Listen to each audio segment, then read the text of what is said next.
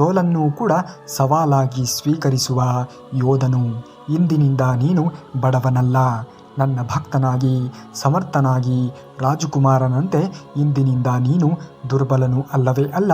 ನನ್ನ ಶಕ್ತಿಯೇ ನಿನ್ನಲ್ಲಿ ಇದೆ ಎನ್ನುವುದನ್ನು ಮರೆಯಬೇಡ ಎಂದು ಶ್ರೀಕೃಷ್ಣ ಪರಮಾತ್ಮನು ಹೇಳುತ್ತಾನೆ.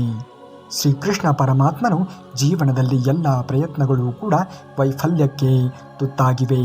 ನಾನು ಬಹಳ ಹತಾಶೆಗೆ ಒಳಗಾಗಿದ್ದೇನೆ.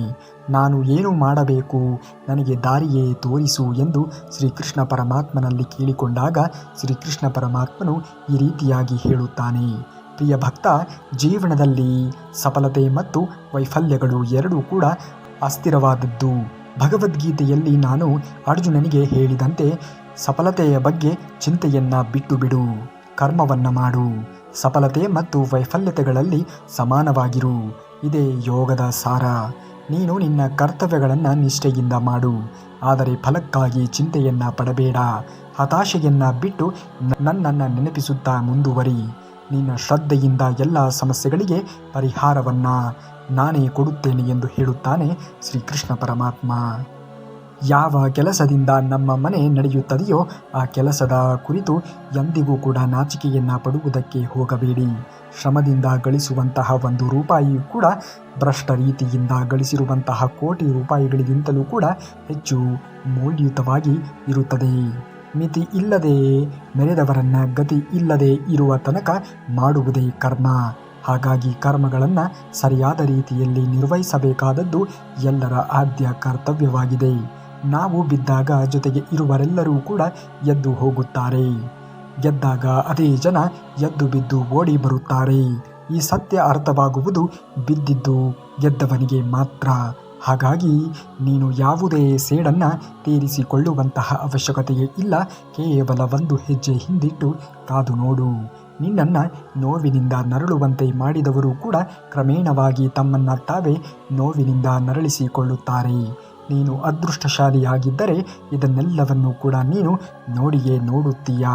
ತಟ್ಟೆಯಲ್ಲಿನ ಅನ್ನ ತಿನ್ನುವಾಗ ಯಾರಿಂದಲೂ ಕೂಡ ಕಸಿದಿಲ್ಲ ಎಂಬ ಖಾತರಿ ಇರಬೇಕು.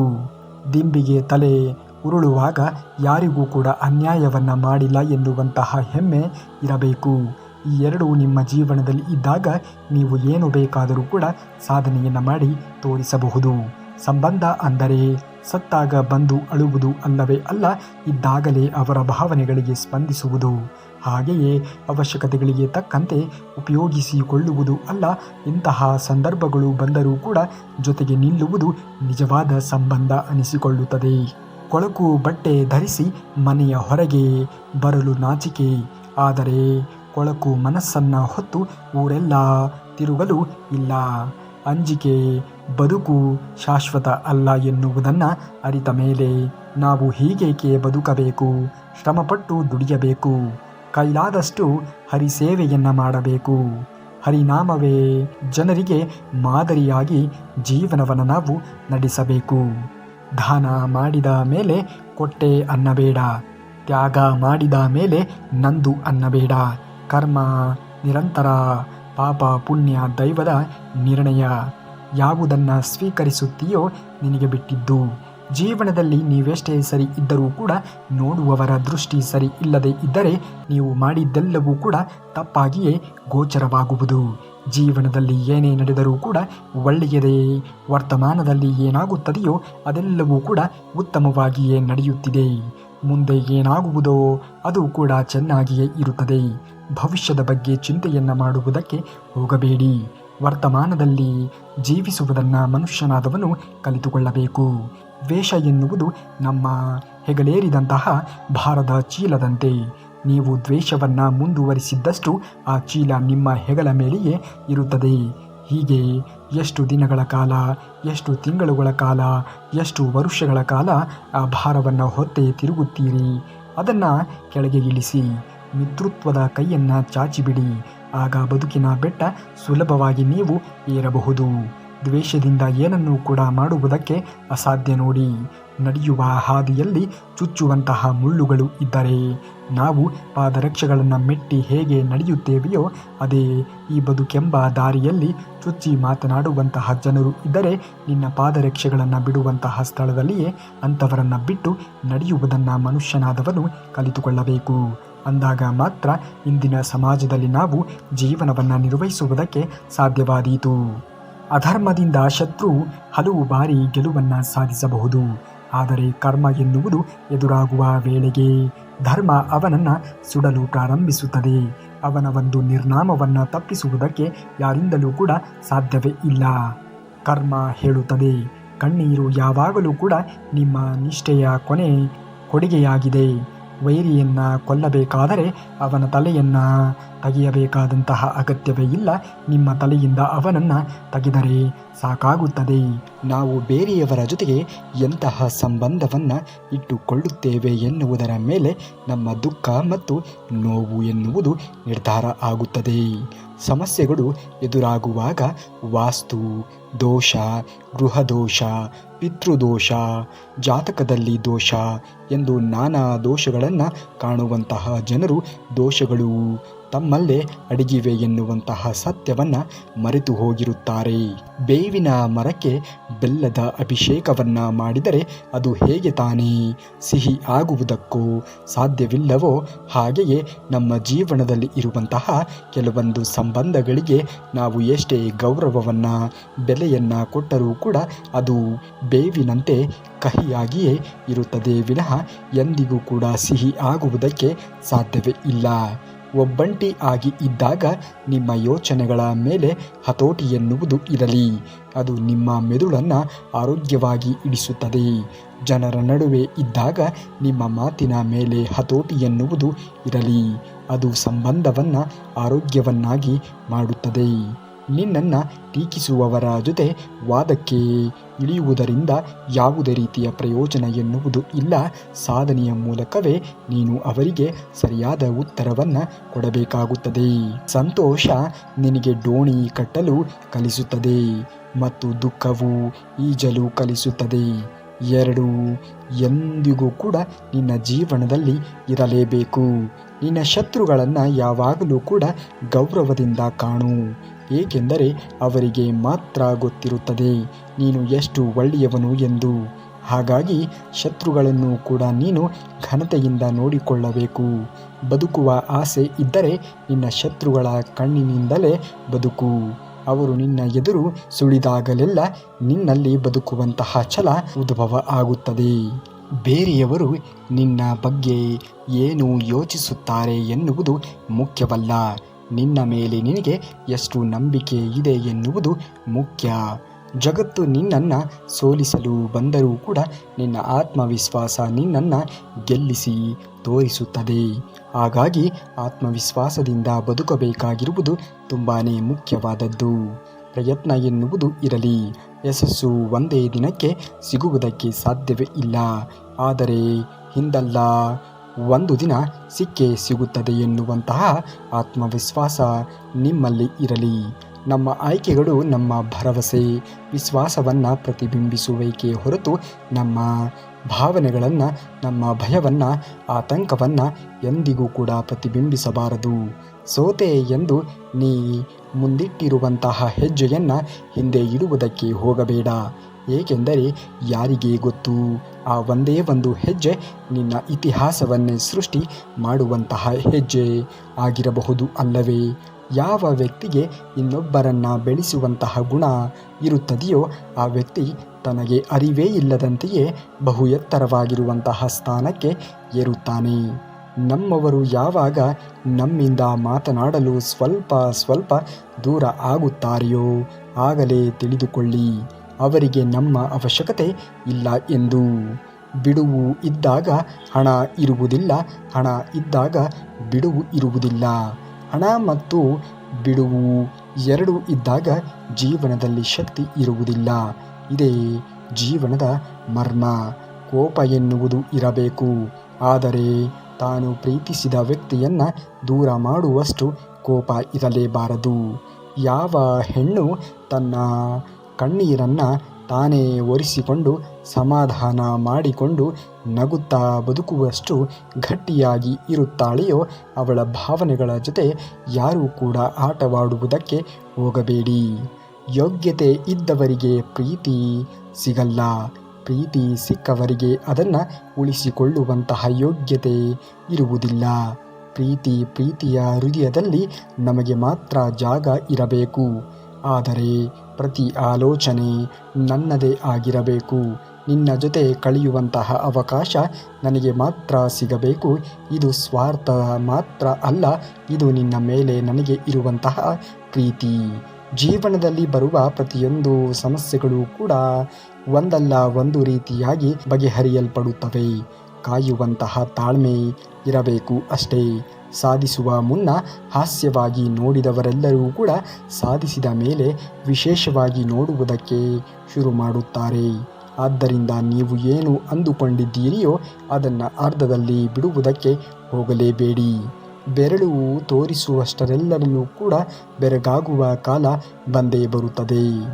ಮನುಷ್ಯನ ಮನೆ ಬದಲಾಯಿಸುತ್ತಾನೆ, ಊರನ್ನು ಕೂಡ ಬದಲಾಯಿಸುತ್ತಾನೆ, ಬಟ್ಟೆಯನ್ನು ಬದಲಾಯಿಸುತ್ತಾನೆ, ಸ್ನೇಹಿತರನ್ನು ಬದಲಾಯಿಸುತ್ತಾನೆ. ಆದರೂ ಅವನಿಗೆ ನೆಮ್ಮದಿ ಎನ್ನುವುದು ಇರಲ್ಲ. ಏಕೆಂದರೆ ಅವನು ತನ್ನನ್ನು ತಾನು ಬದಲಾಯಿಸಿಕೊಳ್ಳುವುದಕ್ಕೆ ಹೋಗುವುದೇ ಇಲ್ಲ. ಆದಾಯ ಹುಡುಕುವ ಭರದಲ್ಲಿ ಎಷ್ಟೋ ಖುಷಿಗಳಿಗೆ ವಿದಾಯವನ್ನು ಹೇಳಲಾಗುತ್ತದೆ.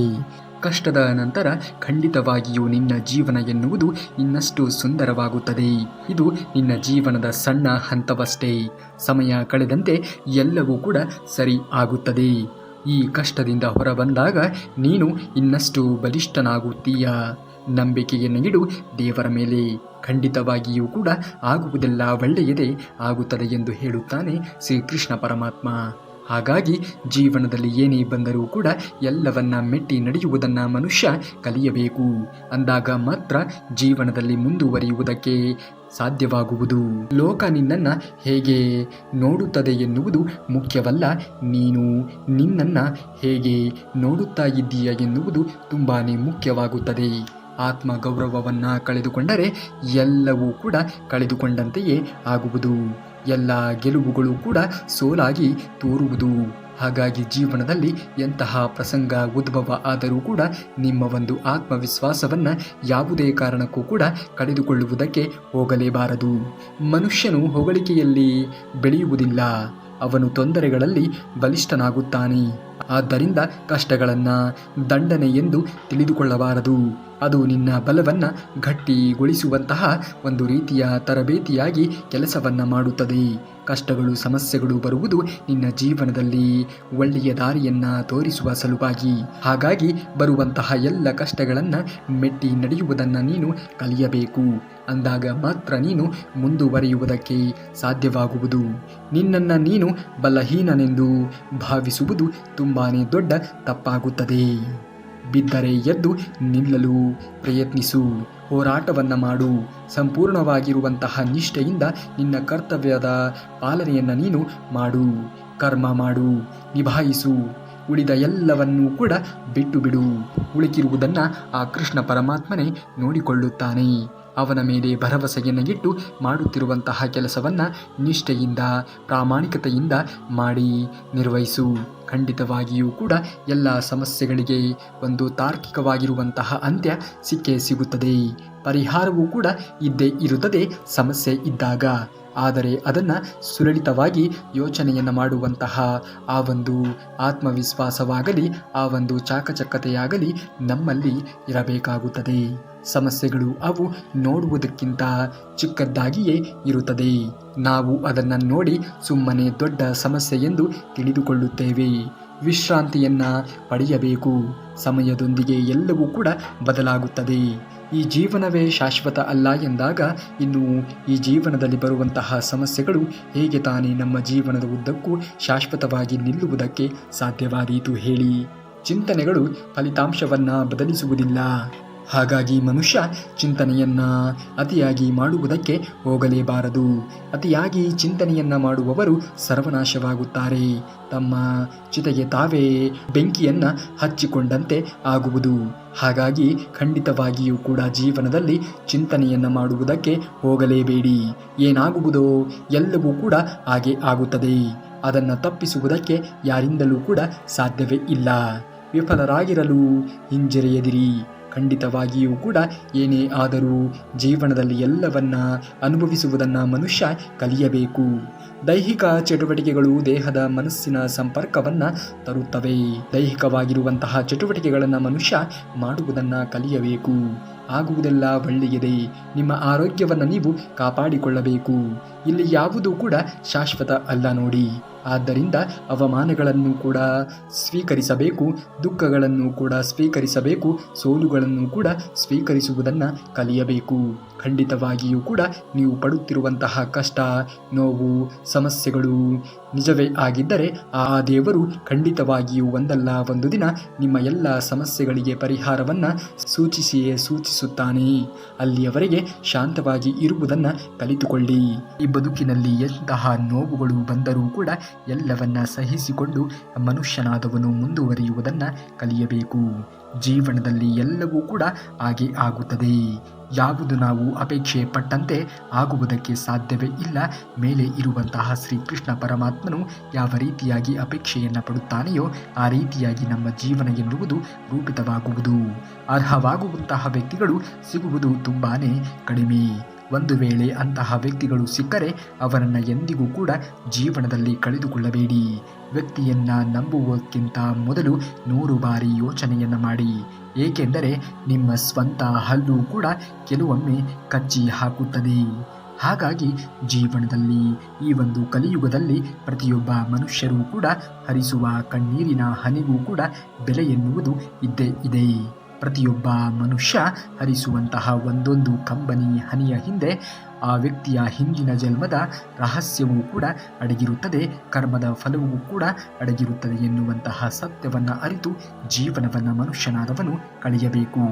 ಆ ಕರ್ಮದ ಫಲಗಳನ್ನು ಎಲ್ಲರೂ ಕೂಡ ಅನುಭವಿಸಲೇಬೇಕು. ಹಾಗಾಗಿ ಇಂದು ನಾವು ಮಾಡುತ್ತಿರುವಂತಹ ಕರ್ಮಗಳ ಮೇಲೆ ನಮಗೆ ನಿಗಾ ಎನ್ನುವುದು ಇರಬೇಕು. ಕೊಂಚ ಜಾಗೃತೆಯಿಂದ ಕರ್ಮದ ಮೇಲೆ ಮುಂಜಾಗೃತೆಯನ್ನು ವಹಿಸಿ ಮಾಡುವುದನ್ನು ಕಲಿಯಬೇಕು. ಆ ಕರ್ಮದ ಫಲವನ್ನು ಯಾರಿಂದಲೂ ಕೂಡ ತಪ್ಪಿಸಿಕೊಳ್ಳುವುದಕ್ಕೆ ಸಾಧ್ಯವೇ ಇಲ್ಲ. ಯಾವ ಕರ್ಮಗಳನ್ನು ಮಾಡುತ್ತಾರೆಯೋ ಅದಕ್ಕೆ ತಕ್ಕ ರೀತಿಯಾಗಿರುವಂತಹ ಪ್ರತಿಫಲವನ್ನು ಎಲ್ಲರೂ ಕೂಡ ಅನುಭವಿಸಲೇಬೇಕಾಗುತ್ತದೆ. ಭಗವಂತನು ಇದರಿಂದ ತಪ್ಪಿಸಿಕೊಳ್ಳಲು ಯಾರಿಗೂ ಕೂಡ ಸಾಧ್ಯವೇ ಇಲ್ಲ ಎಂದು ಹೇಳುತ್ತಾನೆ. ಹಾಗಾಗಿ ಇಂದು ವಿಧಿಯ ನಿಯಮ ಆಗಿದೆ. ನೀವು ತುಂಬ ಪ್ರೀತಿ ಮಾಡುವಂತಹ, ಕಾಳಜಿಯನ್ನು ಮಾಡುವಂತಹ ವ್ಯಕ್ತಿಗಳೇ ನಿಮಗೆ ಮೋಸವನ್ನು ಮಾಡಬಹುದು. ನಿಮಗೆ ನೋವನ್ನು ತರುತ್ತಾರೆ, ನೋವನ್ನು ಕೊಡುತ್ತಾರೆ. ಅಂತಹ ವ್ಯಕ್ತಿಗಳಿಗೆ ನಿಮ್ಮ ಬೆಲೆ ಗೊತ್ತಾಗಬೇಕು ಅನ್ನುವುದೇ ಆದರೆ ನೀವು ಜೀವನದಲ್ಲಿ ಅವರನ್ನು ನೀವು ನಿರ್ಲಕ್ಷ್ಯ ಮಾಡುವುದನ್ನು ಕಲಿಯಬೇಕು. ಆಗಲೇ ಅವರಿಗೆ ನಿಮ್ಮ ಬೆಲೆ ಅರಿವಾಗುವುದು. ನಿಮ್ಮ ಮಹತ್ವ ಏನು ಎನ್ನುವುದು ಅವರ ಗಮನಕ್ಕೆ ಬರುವುದಕ್ಕೆ ಸಾಧ್ಯವಾಗುವುದು. ಯಾವುದೇ ಕೆಲಸಕ್ಕಾಗಿ ಆದರೂ ಕೂಡ ಅವಕಾಶವೇ ನಿಮ್ಮನ್ನು ಹುಡುಕಿ ಬರುತ್ತದೆ ಎಂದು ಕಾಯುತ್ತಾ ಕುಳಿತುಕೊಳ್ಳುವುದಕ್ಕೆ ಹೋಗಲೇಬೇಡಿ. ನಿಮ್ಮ ಅವಕಾಶಗಳನ್ನು ನೀವೇ ಸೃಷ್ಟಿ ಮಾಡಿಕೊಳ್ಳಬೇಕು. ಅರ್ಥಾತ್ ನಿಮ್ಮ ಜೀವನ ನೀವು ಹೇಗೆ ಅಂದುಕೊಳ್ಳುತ್ತೀರಿಯೋ ಆ ರೀತಿಯಾಗಿ ರೂಪಿತವಾಗಬೇಕು ಅನ್ನುವುದೇ ಆದರೆ ಅದಕ್ಕೆ ತಕ್ಕ ರೀತಿಯಾಗಿರುವಂತಹ ಪರಿಶ್ರಮವನ್ನು ಕೂಡ ನೀವು ಹಾಕಲೇಬೇಕಾಗುತ್ತದೆ. ನೀವು ಒಬ್ಬ ವ್ಯಕ್ತಿಯ ಮೇಲೆ ಈ ನಂಬಿಕೆಯನ್ನು ಇಟ್ಟಾಗ ನಿಮ್ಮಿಬ್ಬರ ನಡುವಿನ ಆ ಒಂದು ನಂಬಿಕೆ ಒಂದು ಸೇತುವೆ ಹಾಗೆ ಇರುತ್ತದೆ. ಅಂದ ಹಾಗೆ ಆ ಸಂಬಂಧ ನಿಲ್ಲುವುದೇ ನಂಬಿಕೆ ಎನ್ನುವಂತಹ ಆ ಸೇತುವೆಯಿಂದ. ಹಾಗಾಗಿ ಯಾರೂ ಕೂಡ ಇಲ್ಲಿ ಆ ಸಂಬಂಧವನ್ನು ಒಡೆಯುವಂತಹ ಕೆಲಸವನ್ನು ಮಾಡುವುದಕ್ಕೆ ಹೋಗಬಾರದು. ಆ ನಂಬಿಕೆ ಸೇತುವೆಯೇ ಕಳಚಿ ಬಿದ್ದಾಗ ಎಷ್ಟು ಸಾರಿ ಕ್ಷಮೆಯನ್ನು ಕೇಳಿದರೂ ಸಹ ಕಳೆದು ಹೋದಂತಹ ನಂಬಿಕೆ ಮತ್ತೆ ಮರಳಿ ಬರುವುದಕ್ಕೆ ಸಾಧ್ಯವಾದೀತೆ? ಖಂಡಿತವಾಗಿಯೂ ಕೂಡ ಇಲ್ಲ. ಕೇಳುವುದರಿಂದ ಯಾವುದೇ ಪ್ರಯೋಜನ ಎನ್ನುವುದು ಆಗುವುದೇ ಇಲ್ಲ. ಒಬ್ಬ ವ್ಯಕ್ತಿಗೆ ಹಾನಿ ಮಾಡಬೇಕು ಎಂದು ಯೋಚನೆಯನ್ನ ಮಾಡಿ ಅವರಿಗೆ ಕೆಸರು ಹಾಕಲು ಹೋದಾಗ ಮೊದಲು ನಿಮ್ಮ ಕೈ ಕೆಸರಾಗುತ್ತದೆ ಎನ್ನುವುದನ್ನು ಎಂದಿಗೂ ಕೂಡ ಮರೆಯುವುದಕ್ಕೆ ಹೋಗಲೇಬಾರದು. ಈ ಒಂದು ಪ್ರಯತ್ನಕ್ಕೆ ಬೆಂಬಲವನ್ನು ಸೂಚಿಸಿ ಎಂದು ಕೇಳಿಕೊಳ್ಳುತ್ತಾ ನಾಳೆಯ ವಿಡಿಯೋದಲ್ಲಿ ಸಿಗುವವರೆಗೂ ಧನ್ಯವಾದ.